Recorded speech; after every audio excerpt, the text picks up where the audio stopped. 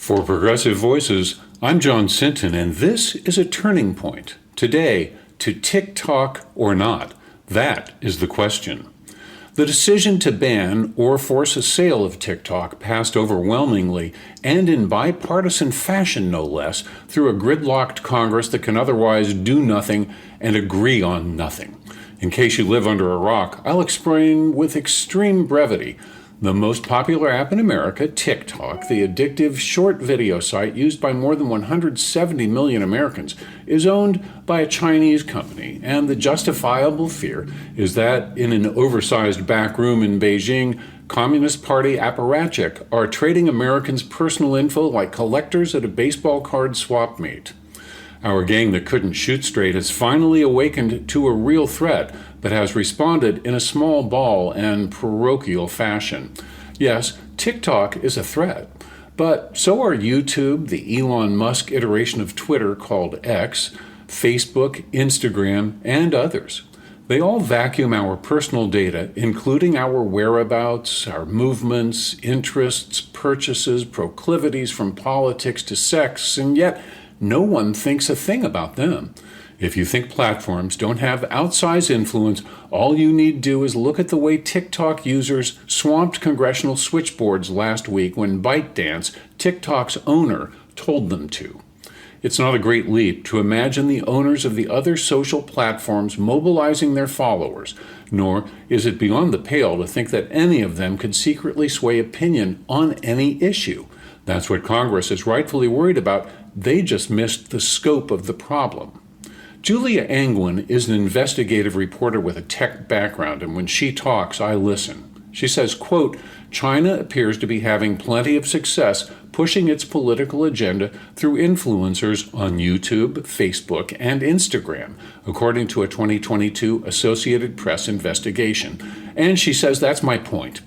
All of the social media platforms are information minefields. They are rife with deceptive content from state actors, corporations, paid influencers, and others. Their algorithms fuel our worst impulses by highlighting content that promotes anger and fear. They strip mine our data to make money. Forcing TikTok to merge with another data-hungry social media platform won't solve any of that. What will make a difference is establishing baseline privacy rules that prohibit companies from exploiting our data and that give us control over the algorithms used to manipulate us, unquote. Where the U.S. Congress tends to support corporate interests more often than not, the European Union asserts itself more boldly on behalf of its consumers. The EU regulates social media through the Digital Services Act, which was adopted in October of 22 and implemented in August of 23. The DSA requires companies with more than 45 million users to take steps to address the systemic risks they cause. These steps include preventing illegal content. That means platforms must remove posts with illegal content such as hate speech or fake ads. Allowing users to report illegal content. Users should be able to flag illegal content and products. Reducing targeted advertising. Ads based on personal sexual orientation, religion, ethnicity, or political beliefs are banned. Increasing transparency. Platforms must provide more information about how their algorithms work. Like the EU, we need to figure out how to monitor and regulate social media platforms right here in the good old US of A. Now a bit of good news. From Axios, we learned that cops have taken down a huge hacking operation. It was a coordinated effort by a task force comprised of local police, software engineers, the FBI, and assorted other crime-fighting entities. It's no surprise that the perps are Russian. The smart money says they're funded and aided by the Putin administration, and this bust was years in the making. Keep in mind that Russia adds nothing to the world of products or ideas. No one is clamoring to own the latest sleek Russian sports car or SUV because there are none, and no one is counting on their entrepreneurial core to revolutionize or even contribute a nominal evolution to our understanding of healthcare, the environment, industrial process, or anything else. The single thing that kleptocracy improves is digital chicanery.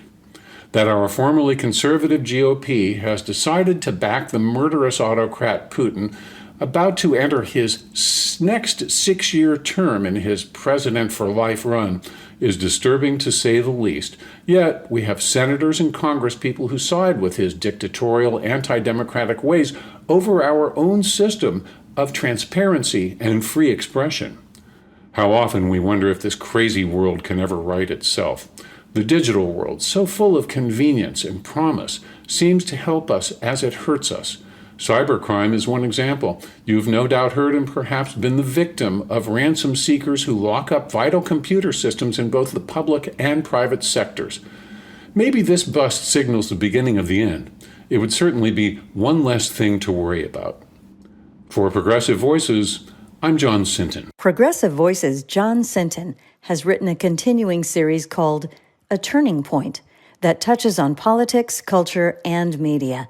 You can hear the short essays in the on-demand section of progressivevoices.com and on the PV app. PV brings you the best progressive audio and video in one free stream. Stephanie Miller, Tom Hartman, Randy Rhodes, David Packman, Brad Friedman, and more. Search Progressive Voices on the TuneIn app, download the free Progressive Voices app, or go to progressivevoices.com.